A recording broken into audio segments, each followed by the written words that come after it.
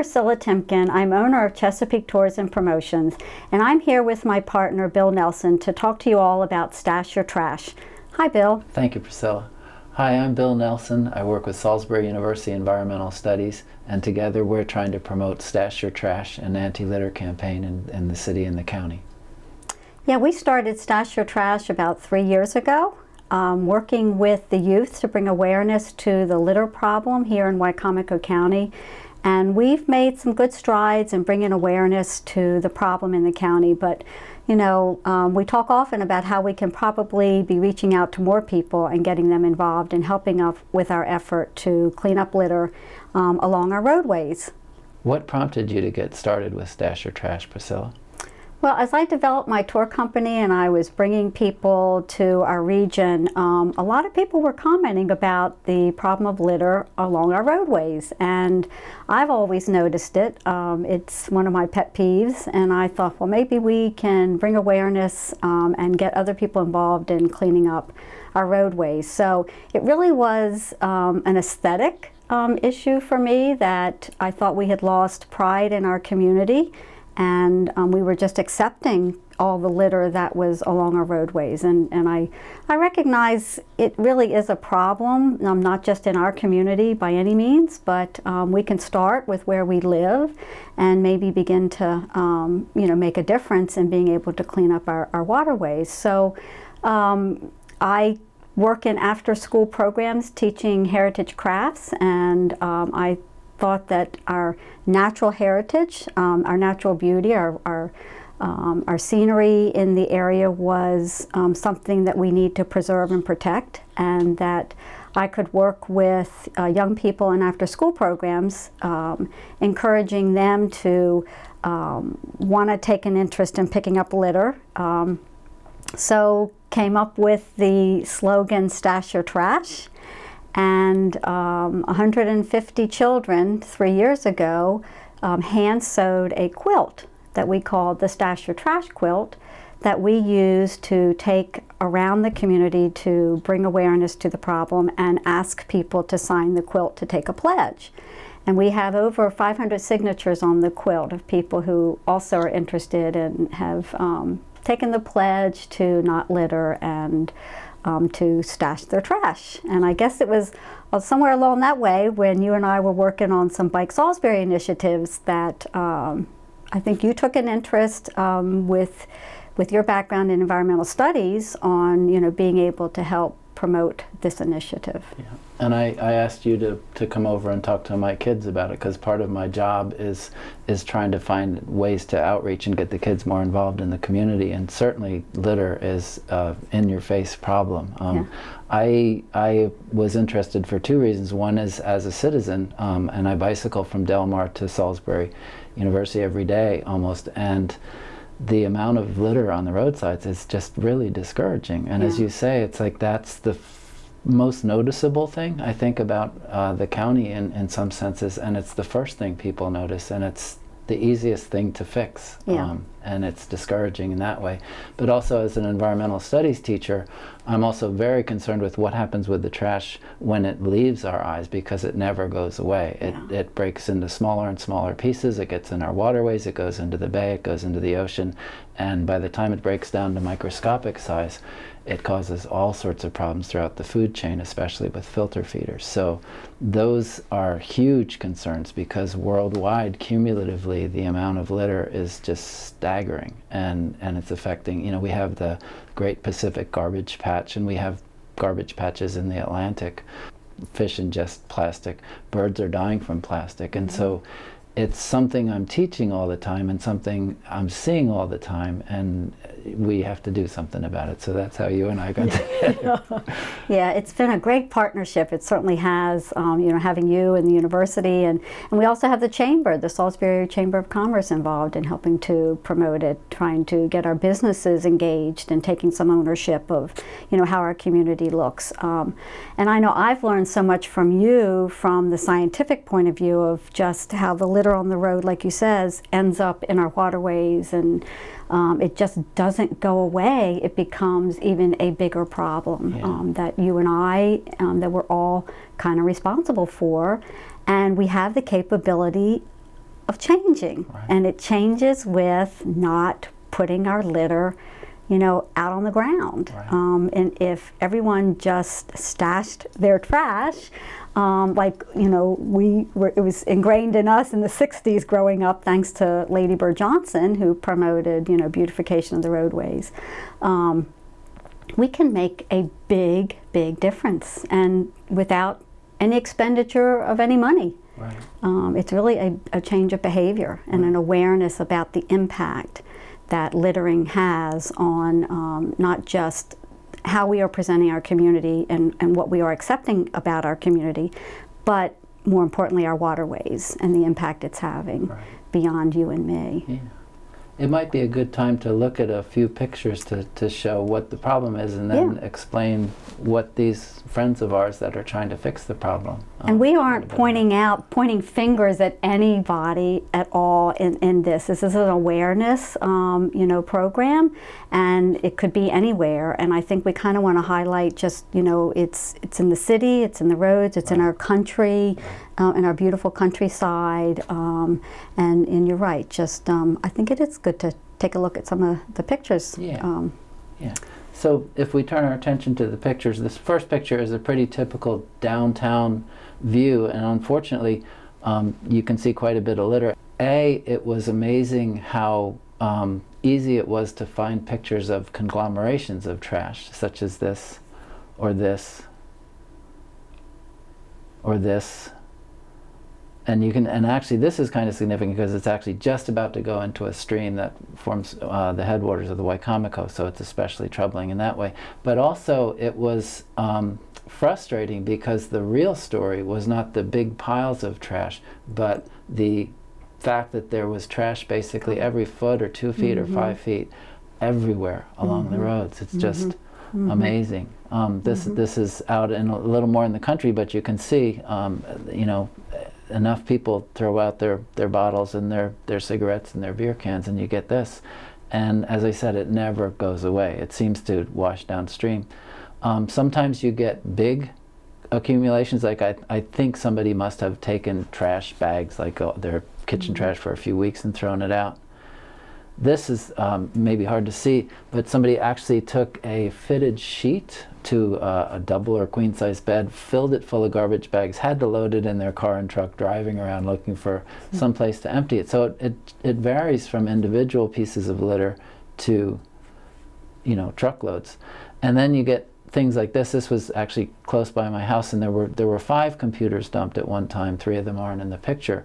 And everybody who's seen this picture imagines that was probably a business. It probably wasn't just an individual who happened to have 5 old computers. And this is a good reminder that, you know, our landfill accepts computers, exactly. you know, free of charge, I believe. I mean, there's absolutely no charge to, you know, just take it to the landfill instead of dumping it along the roadside or the waterways. So once they loaded up the car, it was just as easy to take it to the landfill. In this picture, you can see that there's actually litter around a storm drain, which goes to going in the waterways, breaking into smaller pieces, etc. And I believe, the next few pictures, this is a stream, and you can see. Obviously, there's whole pieces of litter too, but you can see especially the styrofoam and the lighter plastic is starting to break up. And after a few months or a few years, you wouldn't be able to see that plastic anymore, but it would still be existing just in, you know, micron-sized pieces. Yeah, here the same thing.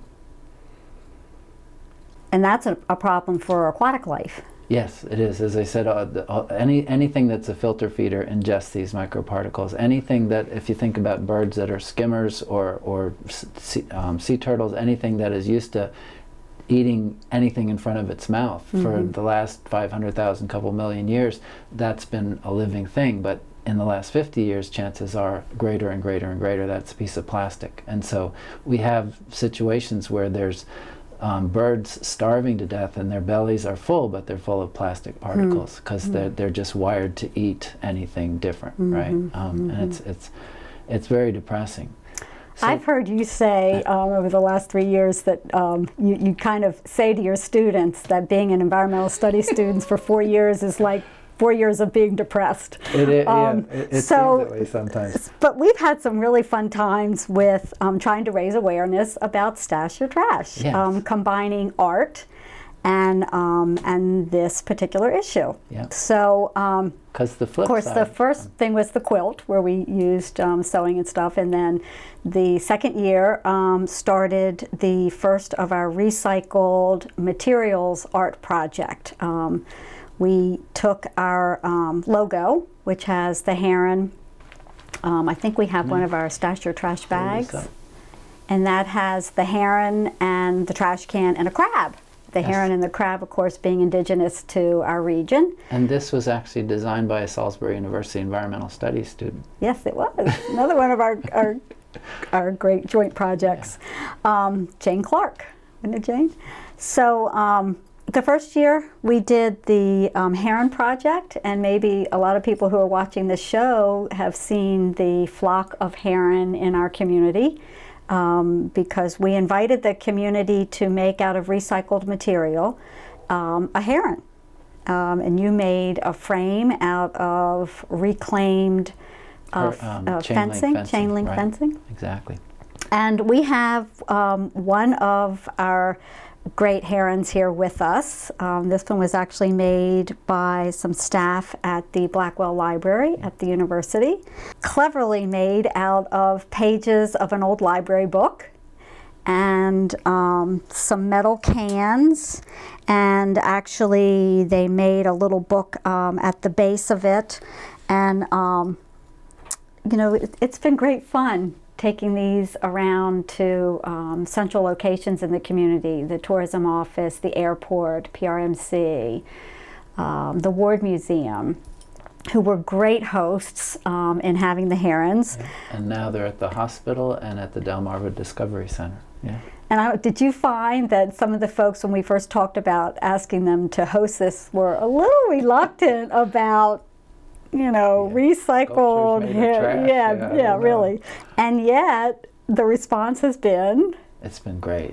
Once they actually see the birds, and they're beautiful. They're works of art, and they're so clever and varied.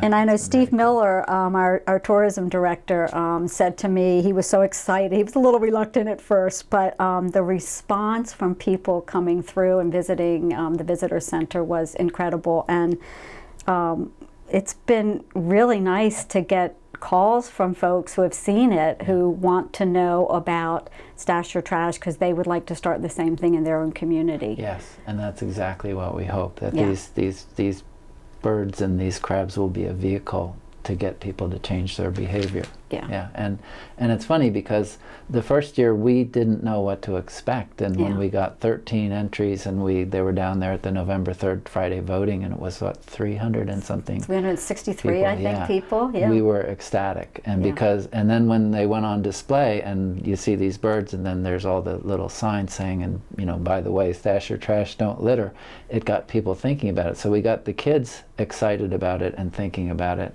the time they made it, and then we got the larger public to start thinking about it. And so that was 2 years ago. And then this past year, what did we decide to do?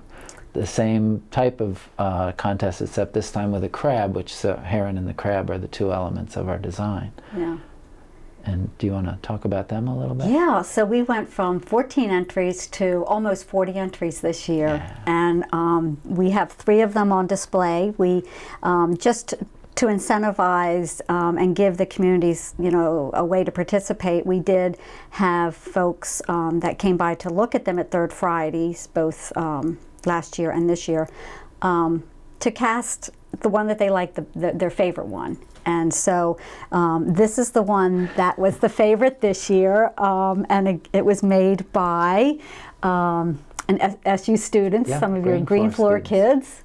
And we had, you know, just more participation throughout the community. I think we went from one school last year, the second grade at Chipman Elementary last year, with the heron, to 5 schools represented this year.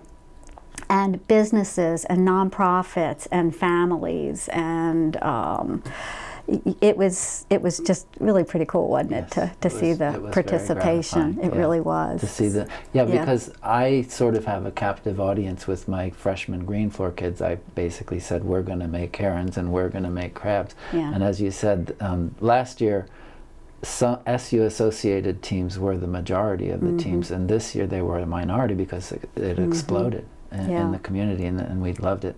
And then actually that got us a couple of invitations to speak at schools, which we love to do, because basically we want to spread the word, get other people involved, and get other people stashing your trash and promoting it and picking up litter and telling their parents and telling their community. Yeah, that's our plea at the moment, is we really are here to present a little bit of the history of Stash Your Trash, but really to ask you, the community, to get more involved. And we have 2 opportunities for you. One is we're available to come and talk to your group about Stash Your Trash and what it is that you can do. If you are a neighborhood homeowners association, if you are a school group, a youth group, Scouts, church youth groups, even any business organizations, any of the Rotary, Lions, any groups like that, VFWs, you know, it just kind of goes on and on. We are available to come in and talk to you all about Stash Your Trash, and we are looking to really explode the number of people in our annual cleanup, which will be in April. It's the annual Salisbury cleanup that they now call the Stash Your Trash cleanup. And looking further ahead, we also have in October or November, we have a fall cleanup that clean up the river. Yes. We'll be using boats as well. Right. That's a lot of fun. Right. Yeah. Yeah, so we really are looking to get you know, more people in the community involved and taking ownership of Stash Your Trash. Yes, and we're hoping to keep spreading the word until eventually it becomes unthinkable for anybody to litter, and then we won't have a problem anymore. It's probably the easiest environmental problem to address if we all address it. Yeah, if everybody just stashed their own trash, we wouldn't have the issues that we have. Yeah. Pretty simple. Yes. So my contact information is Bill Nelson at Salisbury University. My email is wanelson@salisbury.edu. My phone number is 410-543-8105. And my contact would be Priscilla@ChesapeakeTourPlanner.com. And my phone number is 443-366-2784. So in addition to the flock that kind of migrates around the community, we have the winner from the heron contest, whose name is Scuttle, and Scuttle goes around to the green business of the month, and the business gets recognized for a green practice that they have in their office. And the businesses can either self-nominate or someone can nominate a business. Is that correct? And then the Chamber of Commerce awards that, and basically the heron, Scuttle, is the trophy that moves from place to place, and they get to display them, and it gets to increase education as it moves around. Absolutely, and some of the businesses that have been nominated have been the Lower Eastern Shore, or the Lower Shore Enterprises, who has, I think, some solar panels at their facility. And they do regular cleanups. They do regular cleanups. I think Bill said once a week they have their employees cleaning up in front of their building, and they recycle. And Minuteman Press, who in their new location was able to recycle paper significantly. So and Sperry Van Ness, for recognition of cleanup of their commercial shopping centers.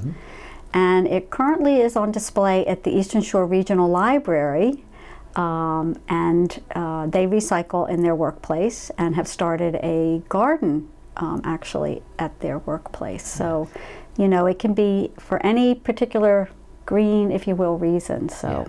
And so now we'll continue Scuttle moving around, but we'll also add the winning crab from this year, so that every year's winner will become promoting businesses to be more conscious of their litter. Yeah.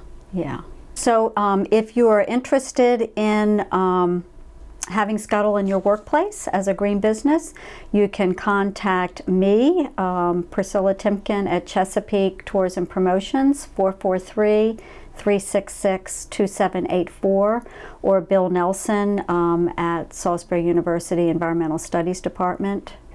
Yeah, W.A. Nelson at salisbury.edu. Or you could contact the Chamber of Commerce directly, and yes. Sophia will help you out. Definitely.